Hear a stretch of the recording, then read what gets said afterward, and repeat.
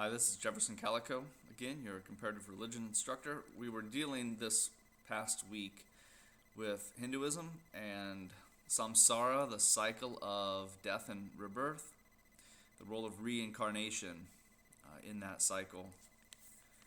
And we talked on our blog about reincarnation some. So I just wanted to talk about reincarnation as a way of dealing with death and ways that religions deal with death. So all religions deal with the biological facts of death, right? And have various ways, for instance, in observing that through ritual, and then disposing, for instance, of bodies, right? So there's several ways. Hindus cremate or burn the body. Another practice that was very common in the ancient world was called excarnation. And this was to expose the body in some way so that it was defleshed, whether through vultures or through some other process.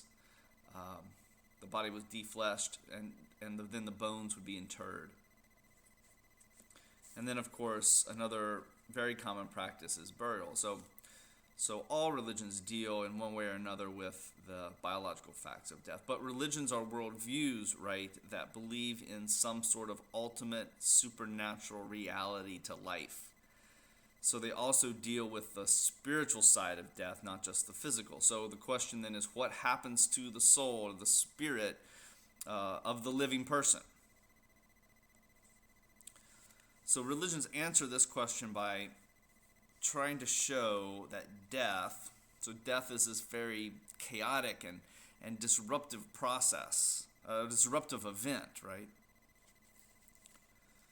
So religions try to answer this question by showing that death is understandable and that it fits within the larger pattern, the bigger picture of how that religion defines our existence.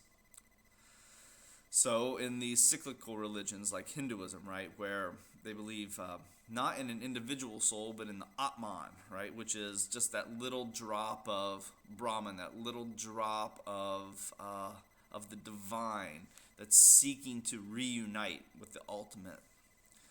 So the Atman in these cyclical religions, the Atman is returned into physical life and a new body to continue its journey towards the ultimate, towards Brahman, by being refined, even further refined by the process of physical life.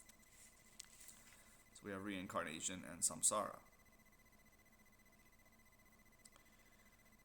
In religions that believe in the individual soul, that value the individual soul, like Christianity, Judaism, Islam, and have a personal God who is sovereign over the universe, the soul at death, the soul transitions, is brought before that God for judgment and for reward or punishment in heaven or hell.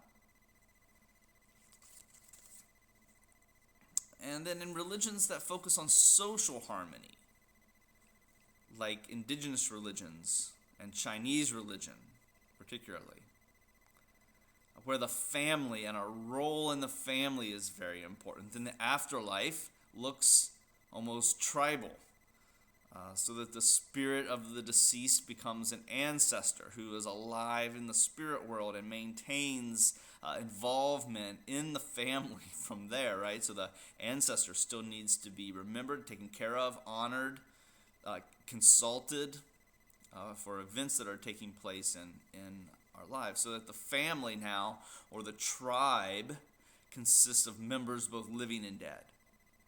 So these are three very common ways. Reincarnation,